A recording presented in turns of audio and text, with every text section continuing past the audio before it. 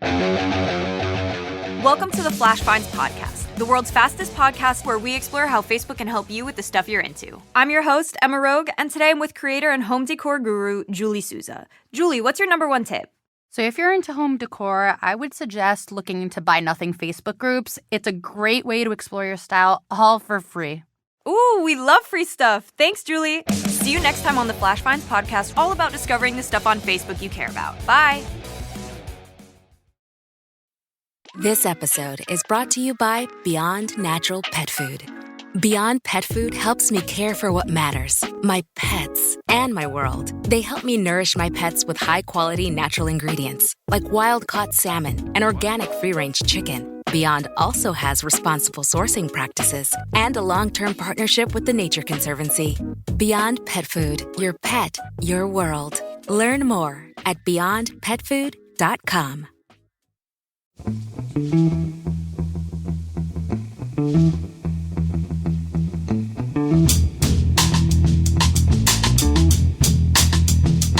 Hello and welcome to The Price of Football, the show that looks at the money behind the beautiful game with me, Kevin Day, and Liverpool University's Kieran Maguire. And that's a bit confusing, Kieran. We didn't see the countdown on the screen. What did you do with it? I think producer guy's got a cheap version, a light version without the countdown, just to confuse us. We can no longer afford the 5, 4, 3, 2, 1. That's terrible. Kieran, it's Tuesday evening, cards on the table, because one of us is very busy tomorrow. So I'm just going to apologise in advance to our listeners for the fact that I might be rushing through this slightly. The first reason being that we want to watch Tottenham Man City. The second reason being that the last story we have tonight, I think, Kieran, is the funniest thing I've ever seen in my life. It's only tenuously linked to football finance, but it's got enough of a football finance link for us to cover it. It's why this hasn't been the lead item on every news. Why news at 10 didn't start, I don't know. Okay. See how excited I am. I can't wait. I haven't even asked you how you are, Kieran. How are you, Kieran? I'm tickety-boo. Like most of the country, I seem to have some sort of tickly cough. The number of people on the train that are spluttering is going up exponentially every day. But yes, I'm raring to go, as always. Yes. Well, I've got hay fever, so I joined my club. Did I have I said this on air, Kieran? I got on the train last week to go to Have I Got News For You? And then I sat down and the chap opposite me did a massive double take, took his headphones out and said, I'm just listening to the pod. Oh, wow. I know. Chap called Michael, who runs a charity. Very interesting man, Palace fan. Very interesting theory about footballers and tattoos, which I will share at some other stage when it's more appropriate. It's Newsday. Kieran, let's crack on. I know there's some really important stories, Kieran, but if we could cover them in about 30 seconds ago, just so we can get to... you're in the first news story, Kieran. You gave evidence in Parliament this week in relation to the Football Governance Bill. How was that? It was good. Myself and my co-researcher, Christina Philippou, Dr. Christina, from the University of Portsmouth, we put together two research papers. One was looking at the state of the finances of the industry during COVID. And then the second one, which we had far more fun trying to cram into it as many Smiths song titles as possible. So that was entitled "Still Ill," the state of football finances leaving COVID, and we've now got the data for the 22-23. So it was great. We were about a dozen MPs quizzing us on a variety of topics. We had to speak for or answer questions for around about 50 minutes. Oh. A little bit concerned. Could it be a bit Paxman-like, but I think they saved that for some of the later guests. The slightly surreal thing was we were sat down with our nameplates in this circular sort of horseshoe arrangement, and then there was Richard Masters and Rick Parry sat behind us, sort of in the public gallery, because they were speaking next.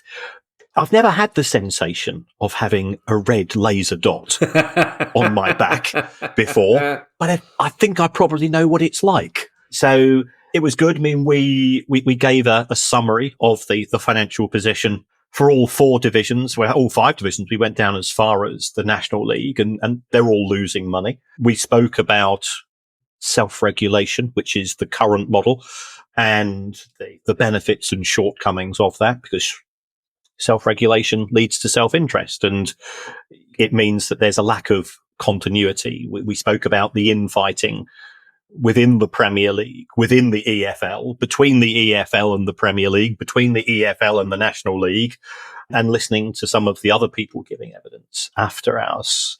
I think that was repeated more explicitly in terms of some of the things that were covered. Ian Byrne, who's an MP for Merseyside and is part of Spirit of Shankly historically, I think he asked an interesting question in respect of, should ticket prices be included within the remit of the regulator? And here, this is one of these areas in which I'm torn, because as a fan, as you know, as being having the same ethos as you in terms of the history and the culture and the heritage of the game, there is no need to increase prices. But if you can sell all of your prices at £40, as an economist, I say, well, then go and try to see how many of them you can sell at £50. Yeah. And as Brighton have found, if they tried to charge £60 for a midweek match against Chelsea, which is meaningless for both sides, expect to see an awful lot of empty seats at the Amex. Yeah. So, yeah, I think it is an interesting thing from a pricing point of view. There was talk about parachute payments, the backstop, whether the rules went far enough, whether the rules went too far. So I think the questions were very fair. And then sort of the people after us, as well as Rick and Richard and Mark Ives from the National League, with Kevin Miles, who's absolutely brilliant as always, from the FSA. We had some people from National League clubs. And then it was Tony Bloom and Steve Parish. Oh, together? Yeah, very strange. Funnily enough, nobody from the Big Six, nobody from the Super League clubs could be bothered to put in an appearance. Strange that, isn't it? Yeah, the people that don't want any form of influence, even from fans or the rest of football, the people that just want to govern football for the best interest of six clubs, funnily enough, didn't put in an appearance. Well, it could be, Kieran, that Mr. Parish and Mr. Bloom asked that those people turn up on a separate day because they're much taller than Mr. Parish and Mr. Bloom. Yes, possibly in the way that there was an unfortunate visit by the Prime Minister to the Crystal Palace Academy last week, which I'm pretty sure Steve Parish only organised because he wanted to be the tallest person in the room for once.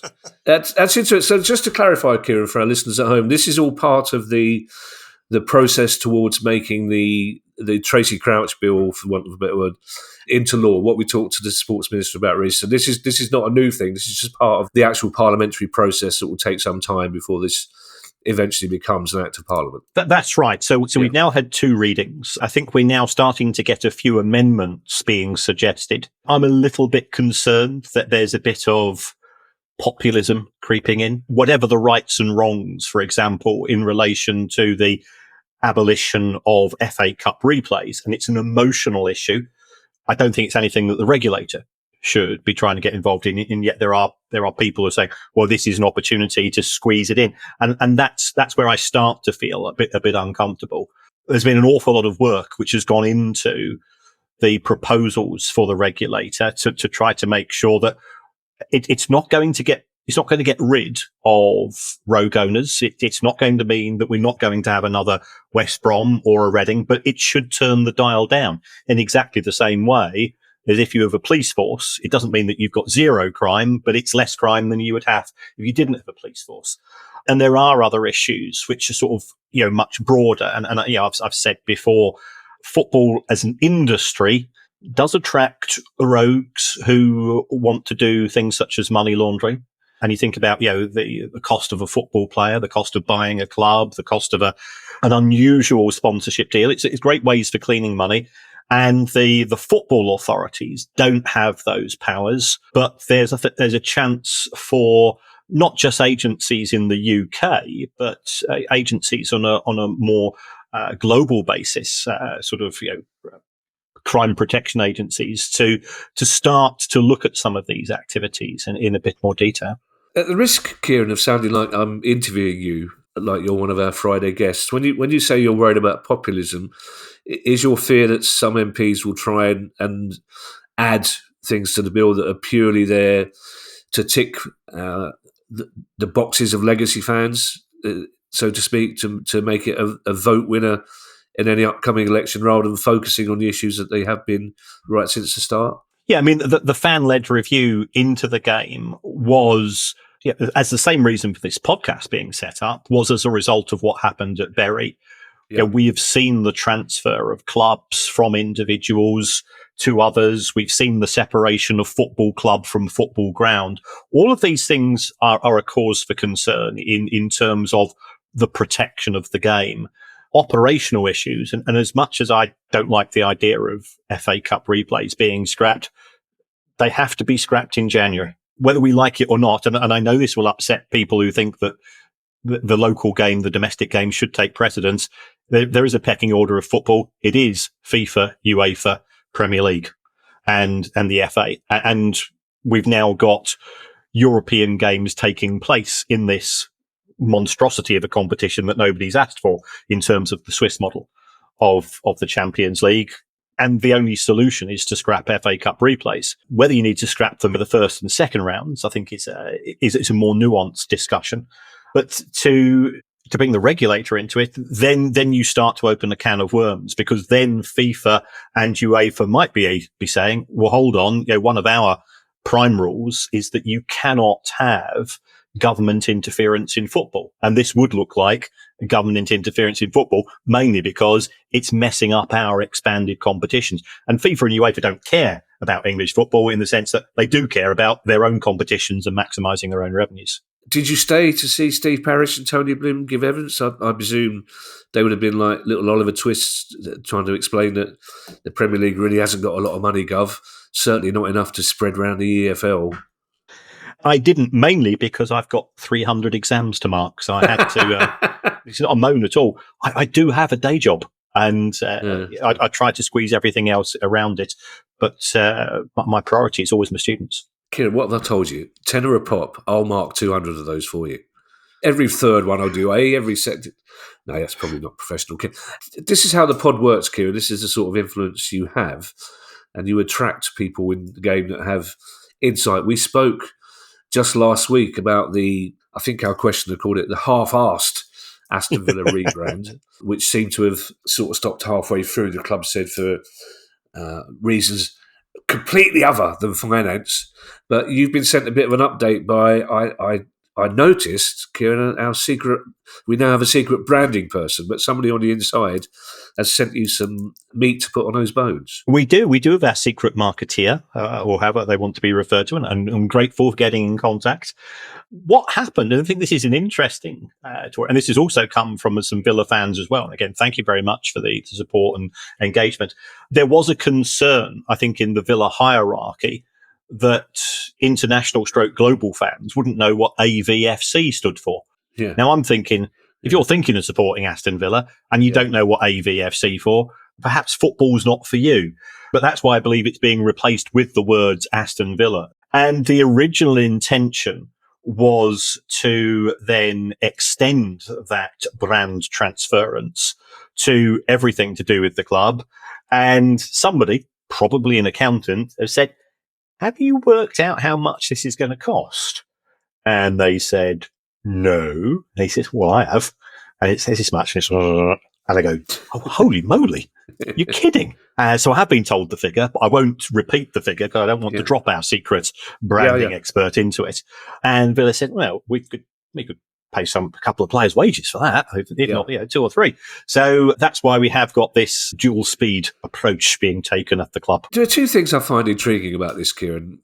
First of all, watching the game last night, the Villa-Liverpool game, and they cut quite often to Tom Hanks in the crowd, in the executive box, who we know is a genuine Aston Villa fan. So first of all, why don't they have a quick word with Tom Hanks? There's your global fan right there. Right, there's your American sports fan who chose Aston Villa for various reasons, goes to games. I imagine half the time he's with Prince William, but nevertheless he goes to games. He's been seen at away games. So ask him what he thinks. And also, does it not occur to these branding experts, Kieran? I talk to Hungarian Palace fans, Finnish Palace fans, American Palace fans, Polish Palace fans who turn up in the Parsons Arms. How they've tracked it down, I don't know, but they've heard about it on various groups. And the reason people from across the globe choose teams a lot of the time, Kieran, is because they have an intriguing name or a different kit, or because their dad watched it live with them once when they were 3 years old. I don't think they want these changes. They know it's Aston Villa FC. Sometimes, I'll tell you one thing, the Hungarian and the Finnish Palace fans, Miko and Aki in the Paulsons, they know more about Palace than I do. They're incredibly knowledgeable. Most global fans are incredibly knowledgeable about the clubs they chose to support. So I think it's slightly patronising to suggest that global fans won't know what AVFC stands for.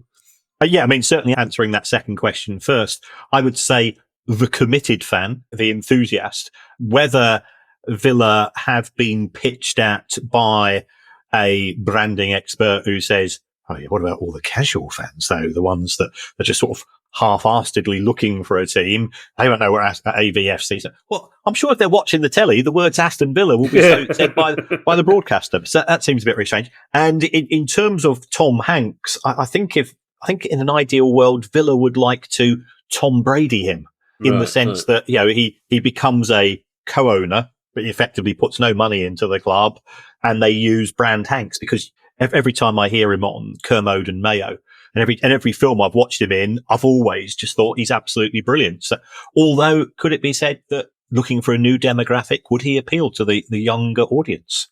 I don't know. I can confirm he's a very nice chap, Kieran. In the brief time I spent with him, he's a lovely chap. But you start to worry if you're a Villa fan of our generation.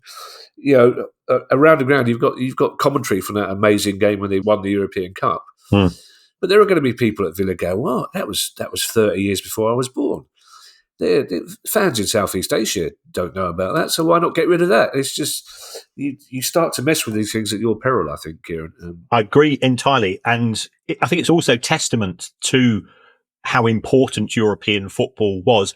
I can remember that goal. I can remember Tony Morley going down the left, beating the fullback, putting it across, and Peter With just sweeping it in from about 4 or 5 yards. I can't remember the goal which won the Champions League last season or the previous season. Yeah. Well, they showed Gary Shaw last night, who I presume is commenting for local radio, and the place went mad. Gary Shaw's face appeared on the screen. You don't have to explain to an Australian 12-year-old who Gary Shaw is. He can find out. It's part of the club's rich tapestry. That's why you choose these clubs to support. Don't take away the very history that eludes people. Oh, sorry. Allow me a second or two to step off this high horse before we move on to the next question. Now, our next 3 news stories, Kieran, they involve Everton in different ways. The first one is perhaps the least surprising Everton story that we've heard for a while. Yes. So, where do you start? Where do you end? I mean, you could have probably about half a dozen stories. The first issue, I think, is in respect of the appeal against the points deduction. Yeah. I think Everton have read the room. I think they're doing quite smart here. They've seen that Forest haven't had a reduction, trying to work out a precise reason why Everton's point deduction should be reduced is a bit of a long shot. So they decided to drop that appeal. That's going to save them some legal costs. That's just going to give them a degree of certainty. And you've got to give credit to Sean Dyche and the team. 5 home victories on the trot, not conceding any goals. Fair play to them. That's all you can say from a footballing point of view. The second issue is, has 777 been booted out?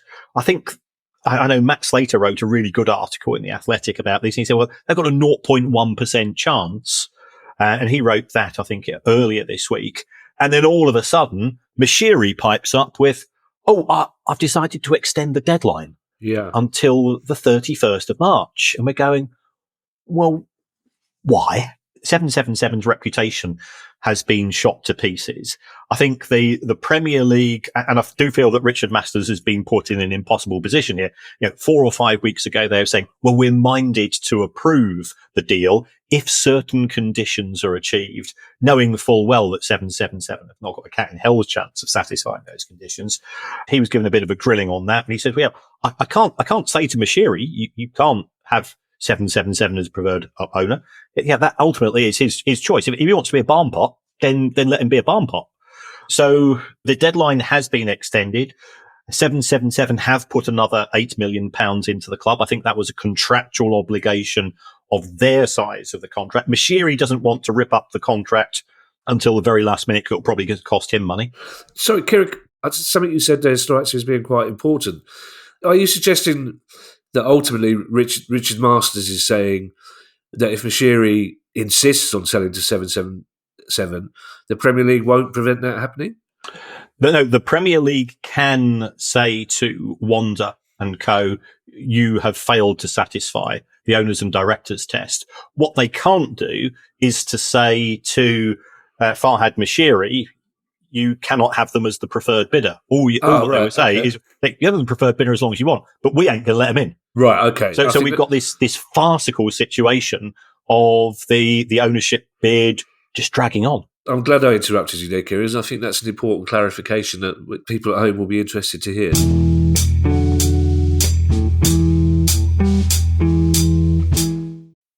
This episode is brought to you by Beyond Natural Pet Food. Beyond Pet Food helps me care for what matters, my pets and my world. They help me nourish my pets with high-quality natural ingredients, like wild-caught salmon and organic free-range chicken. Beyond also has responsible sourcing practices and a long-term partnership with the Nature Conservancy. Beyond Pet Food, your pet, your world. Learn more at beyondpetfood.com. Refresh the summer vibes with Tic Tac and you could win a Lollapalooza VIP experience in Chicago. Visit TicTacSummer.com for a chance to win. No purchase necessary. Open to legal residents of 50 U.S. states and D.C. 18 plus. Ends June 30th, 2024. Void in PR and where prohibited. See TicTacSummer.com for rules and free entry without UPC.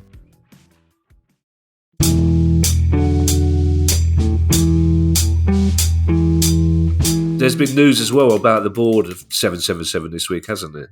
That's right. So 777 is a multi-industry business, and we know that it's got insurance. We know that it's got these structured settlement claims in the US for people that have been subject to medical malpractice.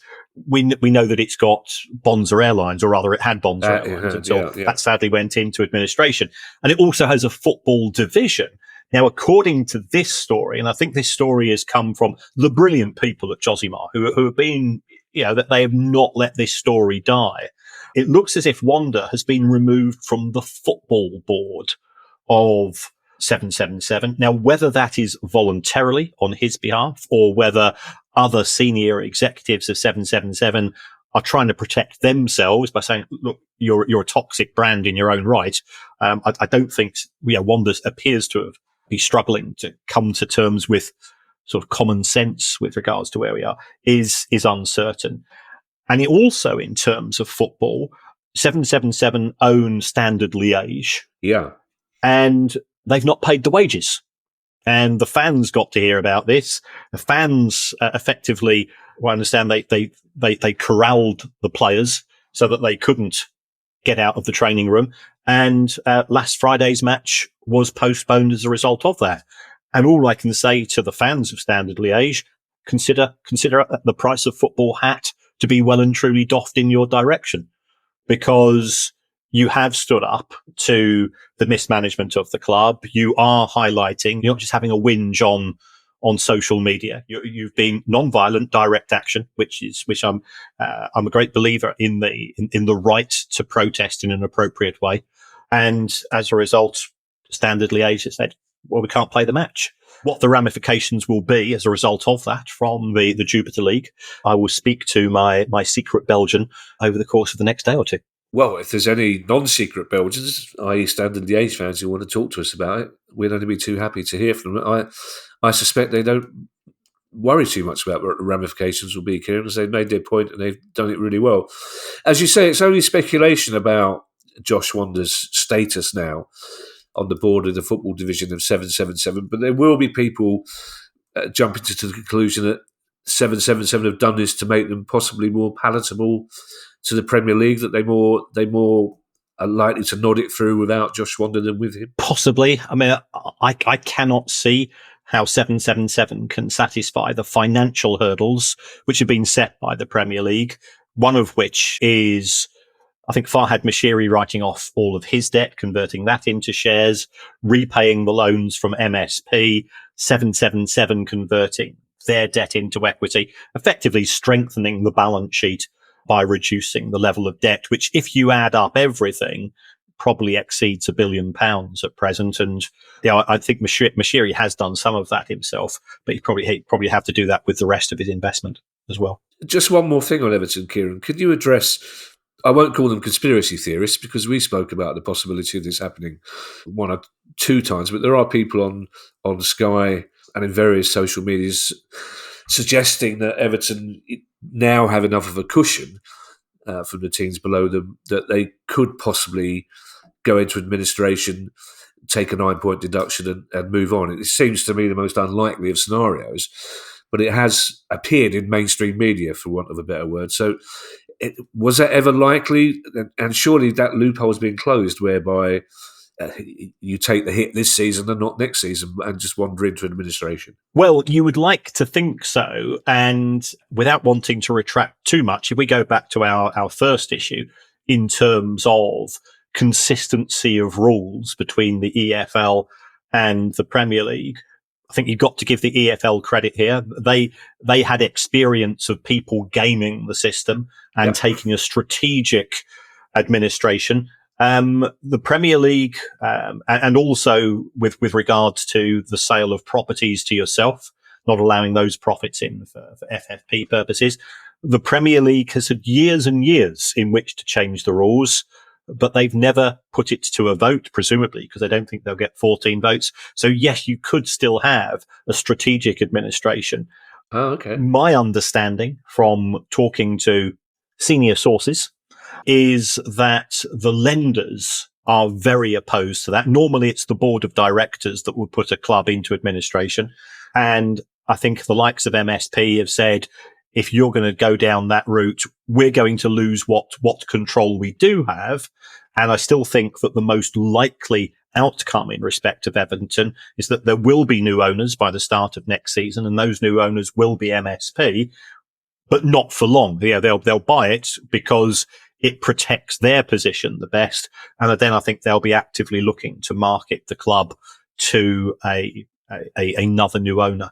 But at least MSP have the resources. They don't want to lose that control. So I think they would put pressure on Moshiri and others to not put Everton into administration. And administration is horrible. Having done the job myself, the first thing you do is, how am I going to fund the administration? Where's that money going to come from? The second thing you do, you look to slash costs. Now, cost is another word for jobs. Yeah. It's management speak for jobs. And it was never, ever a pleasant experience having to go through that route. And for me, Everton is too senior a club. I work in the city. I know the importance. I'm also concerned that there will be Evertonians who run businesses themselves that have given the club too much credit because, hey, it's the club I love. We know they're going through a sticky patch. They'll come through. They won't let me down. Well, we saw with Mel Morris and Derby County, these people at the top of clubs, they'll let you down. They'll quite happily make sure you only get 25%, whatever it's going to be. So I think that is less likely than a takeover. It's still more likely than 777 acquiring the club. We're recording this on Tuesday night. By the time it goes out, 777 will probably be in charge, given that statement I just made. Talking of selling things to, did I see a rumour at Chelsea about selling the training ground to themselves? Yes. So this has come from Stefan Borson. Stefan is Manchester City's, I think he's their previous legal counsel. Right. He's a man that Simon Jordan dislikes more than he dislikes you, and more than you dislike Simon Jordan. Oh, well, I like the sound of Stefan's jib then. So he looked at some land registry documents which appeared to indicate that there is some form of tender, some form of transference of ownership in respect of Cobham. I thought that Chelsea were trying to expand Cobham. Yeah. So it could be setting up a new company to own all of this. But is there an opportunity for that to go through as a profitable sale for Chelsea? Well, we've seen with respect of the hotel that it is. Is that encouraging profitable or sustainable behaviour? No, it is not. It is simply gaming the system. And going back again to self-regulation equals self-interest, why have Premier League clubs voted or not voted to outlaw such behaviour? Because it's in the interests of some of them to continue with this type of thing. And I don't think it reflects particularly well on the current business model that we have. So that's where we are. Chelsea, speaking to some journalists today, strenuously deny that they are going to do this. So we wait to see. It would be perfectly legal if they were to do so, though, wouldn't it? Absolutely, yes. Transference of real estate from one limited company to another as a profit is within the realms of company law. We've seen football clubs do this on a regular basis, which is why the EFL outlawed this process. I'm slightly sulky today anyway, Kieran, because it's the first day that hay fever's really kicked in. But I'm even more sulky to learn that there's somebody out there that Simon Jordan dislikes more than me. I need to up my game. We need to come back in 3 weeks' time, Kieran, and you tell, because I'm sure you'll be having supper with Simon at some stage. I need to learn that I've retained my number one slot. Everton fans will be relieved avoiding relegation comfortably in the end. Nottingham Forest fans will be, technically they could still, if there's some bizarre, miraculous mathematical swing going on. But Forest are staying up. Interesting to Nuno, their manager this week, talking about how important the City ground has been in getting them the points to stay up, and how he was literally begging that Forest stay at the City ground. And there's news on that in the last couple of days. There is. And I think having been to an awful lot of away matches, I think the City ground is one of the best, if not the best, in terms of atmosphere. It really does get rocking. I've had the benefit of going to a few evening matches there, which I think evening matches in general tends to be a little bit more emotional. Yeah, there's an ongoing issue between Forest. They've had a dispute with the council. Their existing lease was only for a short period of time. And Forest said, and you can absolutely understand this, we want to expand the stadium, but we're not going to expand the stadium to 40,000, 45,000 capacity if we're only given a 10-year lease, because we don't know what's going to happen in 10 years' time. So it looks as if the council have come back with the option of either a 250-year lease or the freehold for a fee of around about £10 million. That would allow Forest to expand the capacity. At the same time, Mr. Marikanakis, the owner of Nottingham Forest, he's had a very interesting appearance in the Daily Mail. There's various pictures which I thought probably would be better for his OnlyFans page. One of which involves him, and we're not going to do any fat shaming here. One of which involves him coming down a slide, water slide. I'm going, well, that's a strange thing to do. And another one where he's showing off his tattoos. I'm going, you're a mature man, and you're flashing off your pecs and saying, let's take a look at my tattoos. It did seem rather strange behaviour, but there is an alternative option to maintaining the position at the City ground. And that is to go to a new stadium, which would have 50,000 capacity. Yeah. But it would be about 6 miles. I think it's an area called Totten. Right. I've got to be honest, having supported a club which has had a stadium in town and out of town, I much prefer the former, because if you've got a 50,000 capacity ground out of town, then you've got to have a really smart integrated transport system that goes with it. And if we take a look at the empty seats at the Amex, because the Amex is a pain in the butt to get to, and that's sort of the elephant in the room, that when they play Chelsea on Wednesday night, that's because some people say, I don't want to go queue for 3/4 of an hour to get a train on the way home. £10 million, Kieran, seems to be, for the freehold, quite a bargain in a way. And I still can't quite understand why the council have been holding out. I mean, what was their position? What was their reasoning for saying that they couldn't have the freehold, or they could only have a 10-year lease? Were they in favour of an out-of-town ground? Was that, or did they think they could sell the inner city space for housing, shopping, etc.? I think there is a view held by some councils, and I'm not being critical of Nottingham City Council here, that a Premier League football club. Remember that episode of The Simpsons when a Hollywood film crew came to Springfield And everybody in Springfield said, Hollywood, we're going to rinse you. Yeah. From Mayor Quimby down to Lisa Springfield selling a lemonade. I think there is a view held by some institutions, we've got a Premier League football club that generates a lot of money. Here's an opportunity to put the rent up. And Forest have said, well, we're not getting anything more in terms of facilities. Why should we pay more? So there's been a bit of a standoff on the back of that. And it looks like Forest are thinking of calling the council's bluff. £10 million for local authority funds is a significant amount of money. I often wonder, Kieran, what it says about my subconscious that as a good Guardian reading liberal, Mayor Quimby is one of my favourite characters. I worry that I've got an inner Mayor Quimby that's desperate to get out, Kieran. No one wants an inner Quimby, do they? Wasn't there a Fred Quimby who wrote Tom and Jerry? Didn't he? Wasn't a director? The director, I think, yeah. Yeah. I think, yes, I think somewhere deep within my recesses mind, that's where he got the name from, him being such a big fan of animation. My poor old dad, God bless him, he didn't live long enough. All my dad wanted was an episode of Tom and Jerry where the mouse got killed. That's all he ever wanted. Now, the 3 p.m. blackout, Kieran, has been an emotional subject and one we're asked about a lot, particularly by overseas listeners to the pod. It's an interesting development that more has been made out of than I think possibly need have been about one day next season where it won't be in place. That's right. The EFL season starts a week before the Premier League, and I think that's good. It's great to have the focus on EFL clubs. And the 3 p.m. blackout is being lifted, so Sky, I think, will be able to show every single EFL game. And they can do that because under the treaty, which governs the blackout, you can do that if less than 50% of matches are being played at 3:00 on a Saturday. So given that there's no 3 p.m. matches in the Premier League, the EFL are able to trigger that particular clause.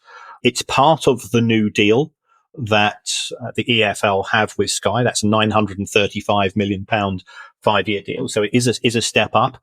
Sky are getting a lot more football, a lot more bang for their buck. The uncertainty, and I've not got any insight as to where we are going to end up, is that some club owners have said, how am I going to persuade parent with 2 kids to spend, 20 quid for an adult price? We're only charging the kids 5 or 6 quid. How are we going to get that family? And then you go and sort of say, transport to the game, a bit of pop before and after. How are we going to get them to spend 60 quid when they could be watching an EFL championship match from a club, 20 miles down the road at the same time for nothing, or we could be watching this match for nothing. So we're not certain what the impact will be in terms of gate receipts. We've seen in the Premier League, you think about that match you played against Manchester United a couple of weeks ago or last week, every seat was sold and that was live on television. So, I think it can be done. The Premier League is a different beast, and that's not being critical to League One or League Two. If it's February, you're 14th, the opposition is 11th, you've got to work damn hard to attract the walk-up fan when that match is potentially going to be live on TV at the same time. So I think this is an issue. To give Sky and the EFL some credit, they are aware of fan concerns, and people like me and you and other fans that like to follow our clubs. As soon as the advance tickets come out on the railways, we're there, pinging our buttons. But you've not been able to do that in the Premier League because matches are getting changed at relatively short notice. Well, Sky and the EFL have said we're going to give advance notice up until the new year, in August. So now you can plan your weekends, you can plan your Tuesdays in the knowledge that match is not going to be changed. So therefore you can book your trains, your coaches and so on, your time off work, if that's the way you want to do it. But what the overall impact will be on attendances, I'm intrigued about. I think with Leicester getting promoted, they're a big team going out of the Championship. Ipswich was selling out Portman Road. We could lose, Leeds or West Brom or Southampton, and so on.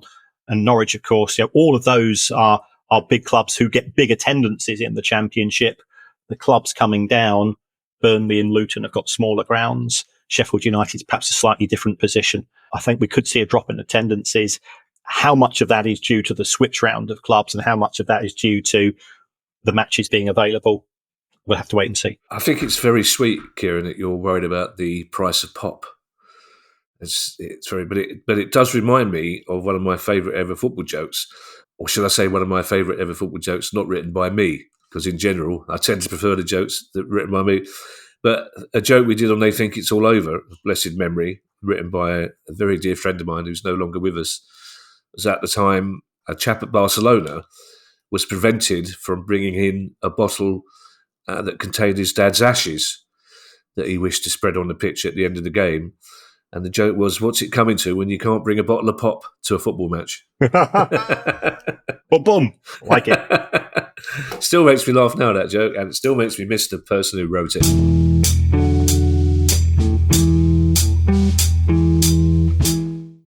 So good, so good, so good.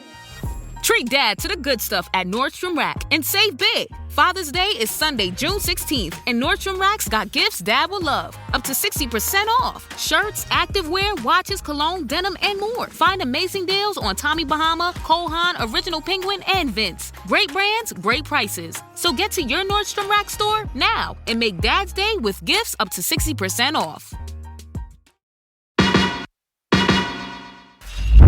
Hi, I'm Steve Lemack, and every week I'm joined by Music Ally's Head of Insight, Stuart Dredge, on The Price of Music, the weekly podcast all about the money behind the music industry. In each episode, we discuss the very latest goings-on in the music business and dig into the finances behind the big stories. So whether you're a music lover who just wants to know more about what really goes on in the industry, or you're an aspiring musician, manager or label owner who wants some inside knowledge on how Spotify's financial model really works, or what the future holds for independent live music venues, this is a show for you. Subscribe to The Price of Music in your podcast app now. See you soon.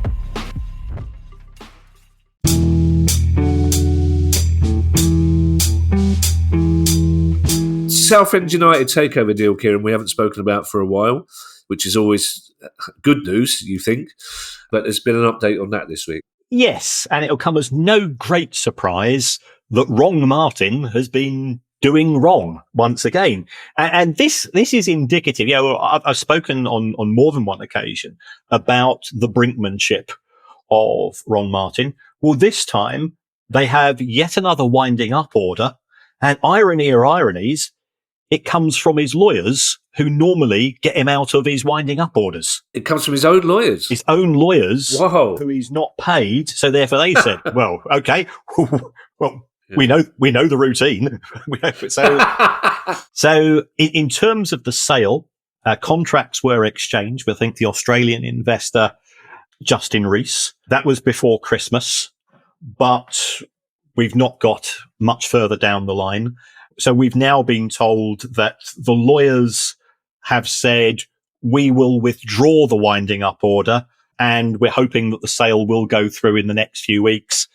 But there's always a series of shifting pieces in anything to do with Ron Martin. And at the same time, I think he's trying to get some form of permission with another property development and getting approval off the council. So you've got the local council involved. You've got the local MP involved, who's not historically been a football fan, but has been down to see a match and is now understands the importance of Southend United to the local fan base and the community. Ron Martin, what can we say? If we're doing a live show, I think he could be creeping onto our little panel and our little top three. Wouldn't that be great? I think we should invite him on. Also, if it's that MP, it's taken a while for the penny to drop for that MP, isn't he? He's only just starting to realise how important it is to the local community. And speaking of which, Kieran, a local community club that's been under siege recently is Rochdale. And this is an intriguing story about their academy. Yeah, it's intriguing and it's a very sad story. I have never been a big fan of the elite player performance plan. Yeah. And part of the reason I'm not a big fan was that the Premier League said to the EFL clubs, unless you agree to the imposition of the EPPP, we'll take away solidarity payments. If it was that good, you wouldn't need to make such threats.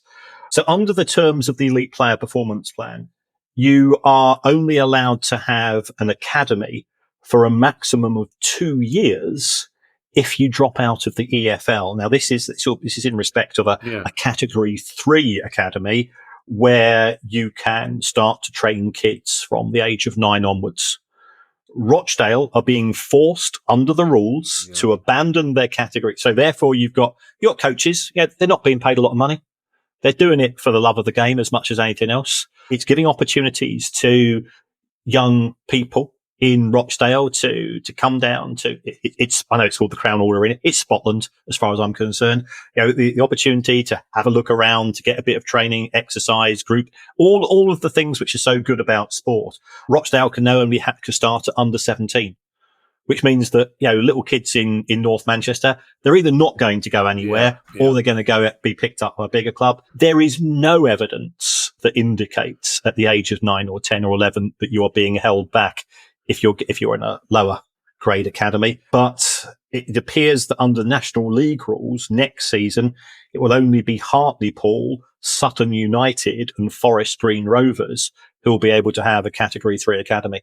And I think that's a shame for the community ethos of sport. I think it's a shame for those clubs, because they're going to lose potential kids who might have a pathway into the first league. They might not make it any higher up, but hey, you're still playing at National League. You're still a damn good footballer, and those opportunities are being lost. Well, that's what Dave Kitson said to us, isn't it? We talk about players, unless you're in the Premier League, you're not a good player. That's nonsense. If you're a player playing on a weekly basis at any club, you're a good player. But you put your finger on it, Kieran, with the words community ethos, and the chances are, well, we know there's not the chances are. We know that 99.9% of the kids at Man U's academy or Rochdale's academy won't ever become Premier League footballers. But there's a lot of kids here that won't get anywhere near Man United's academy, that would get into Rochdale's academy, who will become fitter, more confident, more socially aware young people who are going to miss out on that, because Rochdale can't pick up kids until they're 17. I'm sure there's a reason that the EFL have done that. We talked about it in our book here, and we know about the 4 categories. But again, it just seems it's just so hard for smaller clubs, Kieran. It's just another kick in the teeth, isn't it? And there's so much. I'm climbing back onto my high horse again, Kieran, after having come off it. I can't see any logic to this. I can't see who it benefits, to be perfectly honest. And I'd love the EFL to explain who it benefits. Well, to be fair, I think this is imposed by the Premier League on the EFL, and then right, because of the people. Right, okay, fair enough. And also, those kids will lose the opportunity later on in life to say, "Well, I was all right. I was in the academy at Rochdale at the age of 14. Yeah, I'm in my 60s. I still live off the fact that I got into the Sussex under-19 squad for cricket. Oh, cricket. Yeah, not football. I probably could have got into Sussex under-19 squad at cricket, Kieran. Probably. Let's not open that can of worms. But of course, I didn't know this, Kieran. But of course, have you got a certificate? I've got my half colours from school. Have you? Yeah. Still got them. Okay. Oh, lovely. I can't find any other way of introducing this next story, Kieran, by saying at the polar end of the spectrum, the other end is Real Madrid, and we're just starting to learn how much their stadium revamp may have actually cost. Yes, and I think if anybody has seen the pictures of the new Bernabeu, it does look absolutely incredible. They've dealt with it in a different way to Spurs. It did have an original capacity of 81,000. They reduced the capacity whilst work was being undertaken. So the capacity is only going from 81 to 85,000, but there'll be greater emphasis on multifunction use. There'll be a greater emphasis on hospitality and tickets for tourists in order to increase revenues. It's got both a retractable roof and a retractable pitch, which is, I think Beyonce is booked in for 7 days for kicking it off. Price of Football Live does Madrid. Shall we put out feelers? Shall we pitch it? Now it's got a retractable pitch. We can pitch it. Yeah, it's interesting, Kieran, isn't it? And it kind of validates what you've been saying for a while, that 1.5 billion stadium revamp is only providing 4,000 extra seats. So it's yet another underlining of the fact that matchday income increasingly for clubs that size is becoming less and less important, isn't it? It is. We've said on many occasions, football's a daft business. You're open 30 days a year. Well, the local council will be quite compliant. They can do as many multifunction things as they can. They've got a 450 capacity car park. I think is under the pitch or something. It's going to be one of the biggest stadiums in the world. Apparently the biggest is in Pyongyang, the 1st of May stadium in North Korea, where I believe that you do know the results of the match before it turns up. Also, the only capital in the world that sounds like someone's braces have snapped. I don't know if anybody wears braces anymore.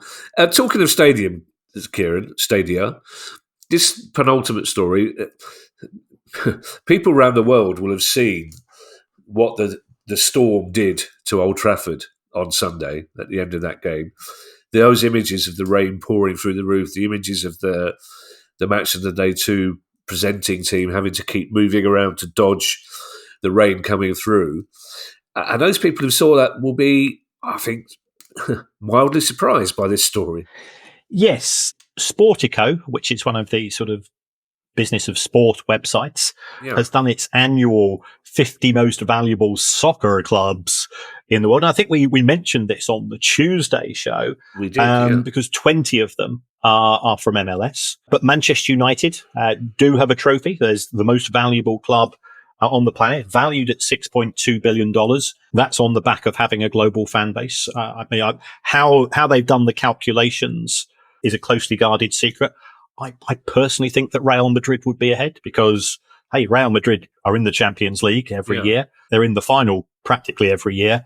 They are a global brand. They've got Bellingham, they've got Mbappe, Vinicius. You look at the players they've got, quite spectacular. Well, but it's Manchester United, followed by Real Madrid, followed by Barcelona, then Liverpool 4th. Fair play to them for the growth under FSG, and then Bayern. I think there's 10 clubs from the Premier League in the top 50, neither of ours. That's just, well, the other thing Real Madrid Stadium's got in its favour is it's not leaking, Kieran.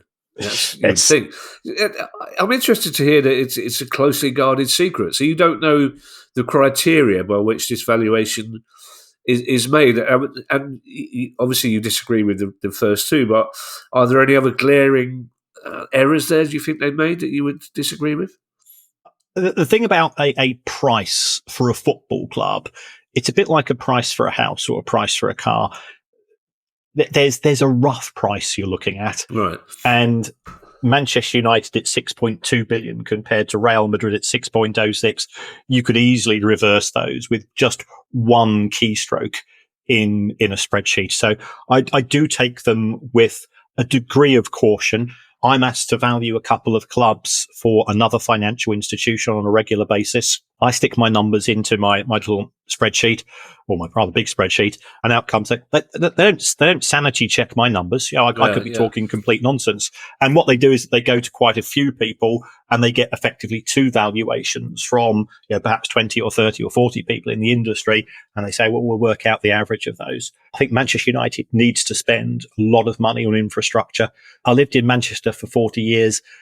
Leaking roofs and Manchester really aren't made for each other. Yeah. It is true about the rain. So it's a poor reflection of the ownership of the club. It does say something incredible, Kieran, about the history of Manchester United, that despite their current infrastructure, despite their current struggles on the pitch, comparative struggles on the pitch, they are still considered the number one global brand football club in the world. But you look at individual markets, and we are talking about a globalized product. Scandi market, huge. The Irish market, huge. Caribbean, I've taught there. Everybody there is a Manchester United fan. You look at some of the Asian markets as well. They have a huge global following. How long that brand can stay like that, we'll wait and see. Yeah. But Liverpool went through a very fallow period, and their support never really dropped off. When I used to teach in Cyprus always had a huge Liverpool contingent of fans, and they never stopped their devotion. As a matter of interest, Kieran, where's Manchester City on that list? I don't think it's in the top 10. Not in the top 10? No, I don't think so. Wow. I'll check, but that's to be expected because we have to look at Manchester City as a relatively new club in the sense of being a global brand. I still think that a lot of the snarkiness that's directed towards the club in respect of their finances ignores, and I know this isn't a football show, ignores the genius that is Pep Guardiola. He doesn't get the credit because his budget is competitive. It's not significantly higher than those of other clubs. He's one of those coaches that I think he'll need to be out of the game for 10 years before people really understand how good he is.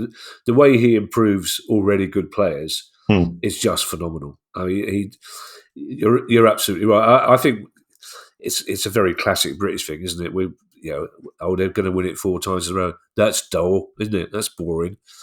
That can be frustrating to watch, but they're a superb football club, and he's the best, arguably the best coach that football's ever produced. All of which, Kieran, everything that's come in the previous hour is just a sorbet. Literally, I'll go so far as to say it's foreplay, Kieran, for this last story. I'm going to have to give it to you, Kieran, because a combination of hay fever and me laughing, I'll probably stop breathing halfway. This is the best story ever.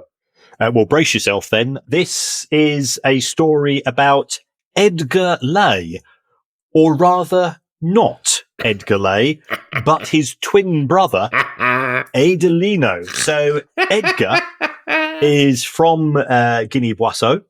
He has played in Spain, in France, in Turkey, in the Netherlands. I think briefly he was at Barcelona.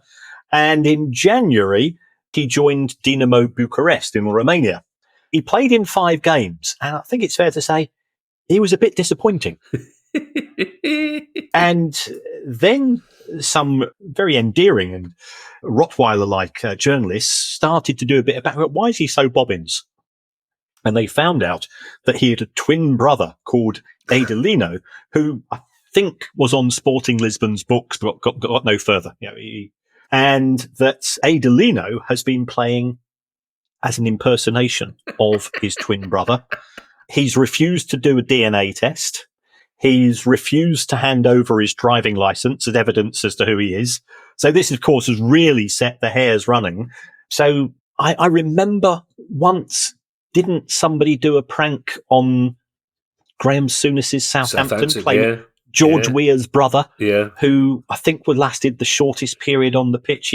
He came on as a substitute and was substituted within 20 minutes. But yes, I think there's been a fake Edgar in Romania. I'm slightly worried now in case it turns out to be I can't see that there can be another non-funny reason for this happening.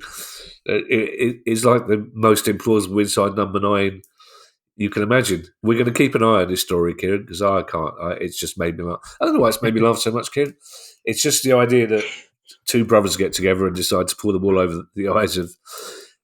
You could imagine if it's triplet. I mean, I've got one of my mate, Oscar the Triplet. It's not the best nickname in the world because his name's Oscar and he is a triplet, but he's Oscar the Triplet. Him and his brothers can play a bit of football. Imagine a quadruplet. You could scam the whole world, Kieran. You'd get away with it for a couple of weeks. Wouldn't you make enough money to retire and move? Fine.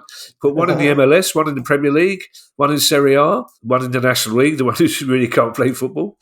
It's if anybody has any information on this story, please let us know, unless it's serious, in which case I'd rather not find out. Thank you to everyone who's donated to the pod via our Patreon page.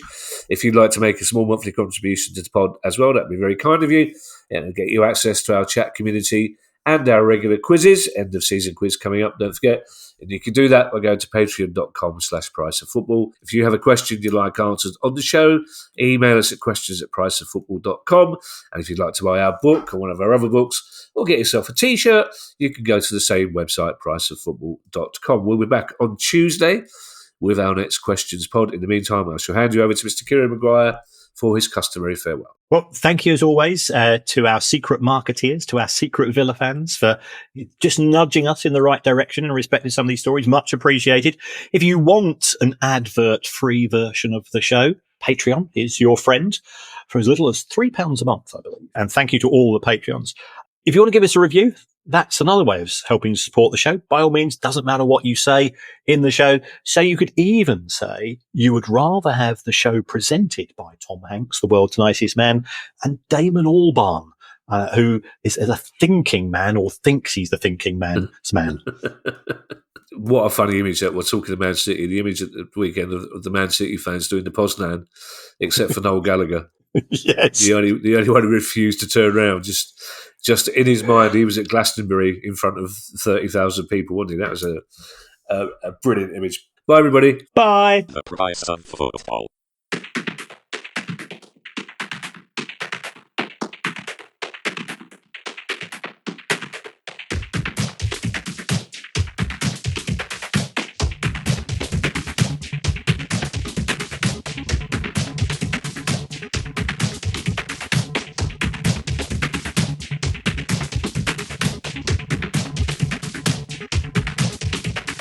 The price of football.